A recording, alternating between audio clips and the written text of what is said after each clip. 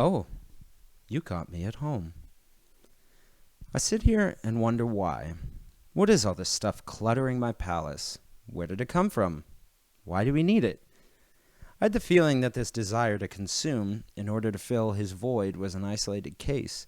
Yet after talking to Pebbles and David, it was clear my previous hypothesis was unsupported. Further investigation was needed, so I decided to take to the streets. Hi there. Why do you think that humans need so much stuff? Humans buy so much stuff because they're told to. Every day they're bombarded with these pictures. Some of them can even move. Can you believe that? All these pictures and voices say they're never good enough. They need to buy this or that or the other. It'll fill their voids. Do you mean advertisements, sir? Yeah, but it's not just those clips. I'm talking about something bigger, man. Something huge. You're talking about the media, right? Jeez Louise, man, stop cutting me off. But yeah, I'm talking about the medium, whatever. Listen up. They say humans do these things as animals can't reason. But when the medium gets up in their face, they turn like a deer when those bright metal boxes coming at them. They get sad, they wander in these buildings and give up all their money and walk out happy, day after day. Well, they call that a work-spend cycle. Yeah, exactly. They work to spend and spend to work. This endless game they play with themselves. They need to find different forms of wealth, different forms of happiness. Sources that don't require money. 4-day work week. That's what they need. If they spent less time in the office, they'd have more opportunities to focus on relationships and live out their passions in life. Well, thank you for your wise words. Moving forward, news has come to me of a group that realizes the benefits of a community based on sharing, cooperation, and sustainability. The founder of the movement, Peanut Butter Geneviève, has agreed to a short interview. Here's what she had to say. You want to know why people consume so much? Humans have come to define their status by the material goods they own.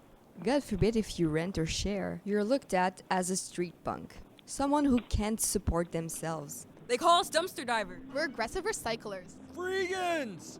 Our system is not linear, it is circular. Nothing goes to waste. Our waste is an asset, not a liability.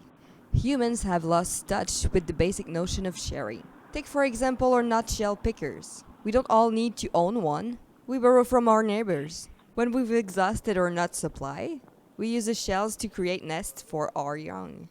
We make instead of having to rely on the market. We fix things when they break. I'm not expecting the humans to change overnight, but the reality is that there has to be a compromise to their level of comfort. You want to eat pineapples in the winter? The only reason why you can buy all this stuff year-round is because the costs are cut somewhere else along the line. And it sure ain't with the consumer. I truly hope that others can look to us for inspiration and realize an alternative is possible.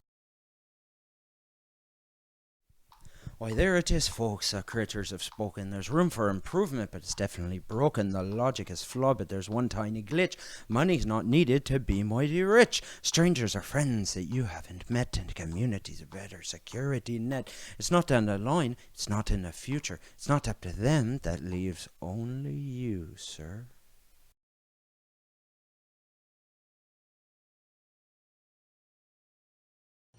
Money can't buy me happiness, but I'm happy when I go